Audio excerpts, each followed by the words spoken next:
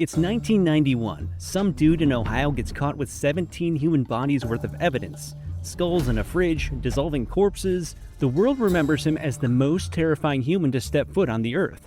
And look, I get it. 17 is a lot. He may be a monster, but statistically when compared to ancient humans with unchecked powers, Lil Jeff was a footnote. A statistic, just another Tuesday. But against all odds, we only recognize the lone wolf, social outcast type of guy who hides in plain sight. And that's because the ones who write history make sure the term serial killer means that weird guy in the basement, and not the man on the throne. So today, I'm going to talk about the ones who didn't need to hide the bodies because they quite literally owned the cities bodies were buried under, and in some cases, the bodies too. Wait until you find out exactly why the last guy did more than 100 victims dirty. Let's start things off by jumping all the way back to ancient Rome. The city's gone feral, throwing a parade that lasts a month. Way bigger than this one. Just to give you an idea of how big the parade was, people sacrificed around 160,000 animals in celebration. And why wouldn't they? Tiberius, the emperor notorious for rage-quitting Rome and retreating to his personal Ditty Island, had passed away. Naturally, a new emperor is pronounced, whose name I would butcher while pronouncing, so I'll be calling him Caligula, a nickname meaning little boot he got as a kid trying to play in the military camps. His dad, Germanicus, was the most beloved general Rome had seen in generations. Naturally, his kid would be the same, or so everyone thought. 6 to 7 months in, Caligula got sick and nearly died, but when he recovered, everything about him changed. It was like looking at a different person altogether. Maybe it was PTSD from watching his whole family tree nuked by his predecessor, or whether the nice version of Caligula was simply a performance he got tired of maintaining. Nobody knows. But what everyone does agree on is what happened next. He started killing people left and right for reasons more petty than the dictator from The Dictator. A man laughed too loudly near him, to the Colosseum. A senator said something mildly unfortunate at the wrong moment, to the Colosseum. Nothing better to do on your off day? Say it with me, to the Colosseum. He kept a personal written list of everyone he planned to have killed, and when it was found after his assassination, the senators who spotted their names on it weren't even shocked by how long it was. He also gave orders that execution should be as slow as possible, for fun. He would then invite their families to lavish dinner parties that same evening, where they were expected to show up, eat well, and act completely normal, as if their dad wasn't being tortured by getting a bamboo shoved up his rectum. Wait, that's Japanese. Anyway, declining the invitation was punishable by death, of course. He reportedly watched these families the entire night with visible enjoyment. During arena games, when they ran short of condemned prisoners to throw to the wild animals, he looked out at the paying crowd and said, "Meh, close enough," and had a random section of spectators thrown in instead. Tongues removed first so they couldn't coordinate. Just regular people who came to watch a show and ended up becoming one. Ironic, isn't it? After frying his dopamine network, he needed a new high. So he decided that being emperor was underselling it and began dressing as various gods for public audiences. Had the heads of divine statues across Rome replaced with his own face, and famously marched his army to the beach and ordered them to attack the ocean, then declared victory over the sea itself. His reign lasted less than 4 years. Tired of his constant schmuck, his own bodyguard stabbed him 30 times in the palace. The man leading the assassination was a guard Caligula had spent years mocking for his voice. His story sounds less like an emperor and more like a child throwing tantrums up until his death. Surely it can't get any worse, right? Well... Meet Nero, another Roman emperor and Caligula's nephew, who looked at absolute power and treated it less like Spider-Man and more like a buffet plate he could fill with whatever he wanted, especially including murder. A lot of murder.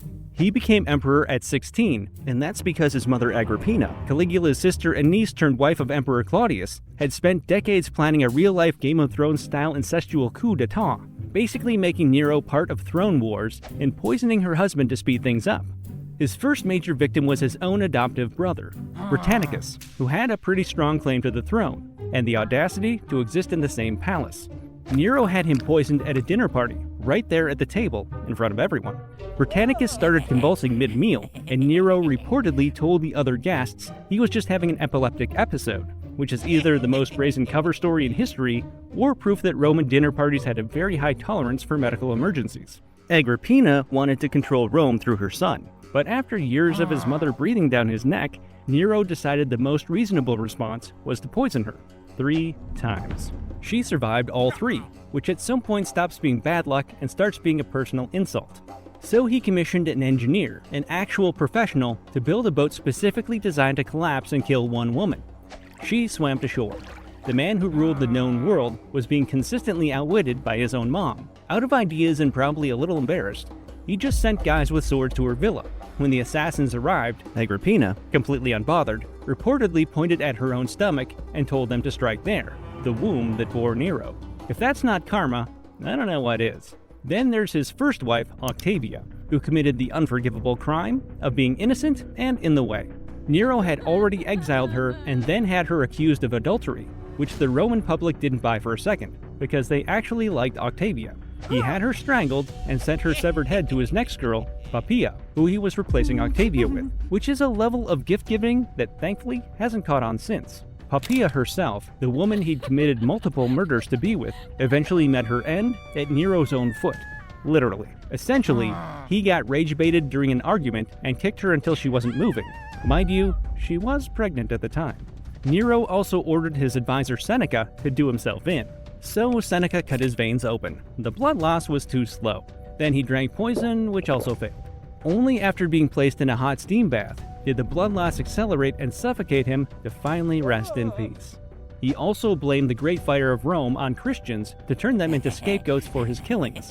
The victims had animal skins sewn on them and torn apart by dogs in public arenas. He also crucified and coated them in oil to light them as human torches at night while riding around in his chariot.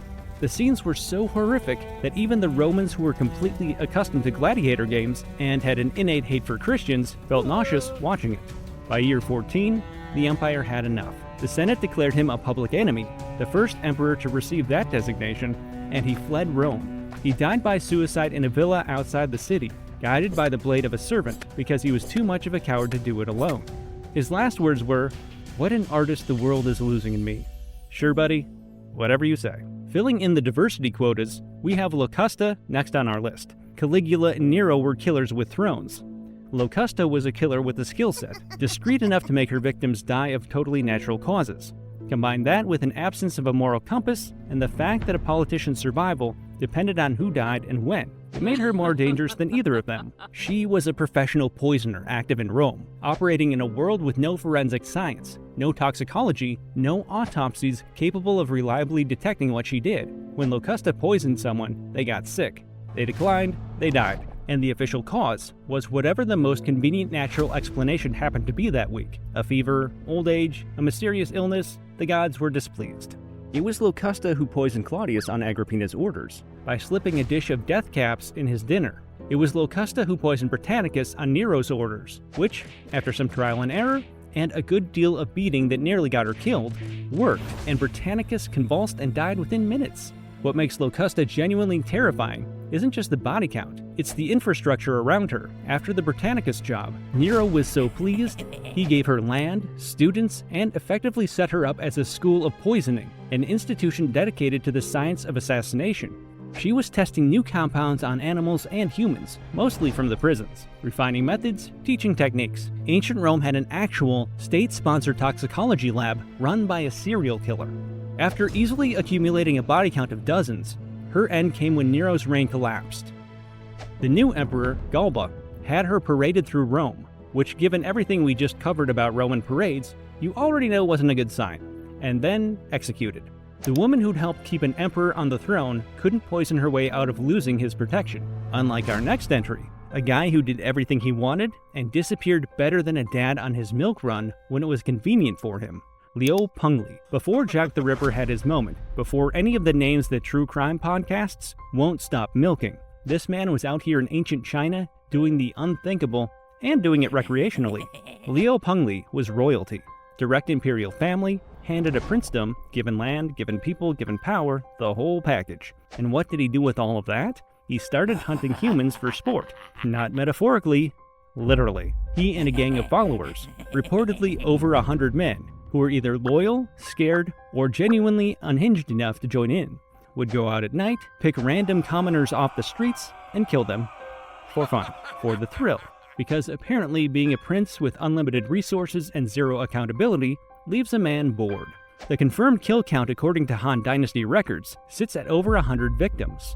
100 confirmed, without forensics, without missing persons databases, without anyone powerful enough to point a finger at a literal prince and make it stick, which means the real number was almost certainly higher, since the only victims that made it into the records were the ones whose families were brave or desperate enough to report it, knowing full well the man they were accusing could have them disappeared before breakfast. Things got so unhinged that he killed a farmer on a Tuesday because Tuesday was slow. There's no political calculation, no military objective, no grand ambition behind any of it.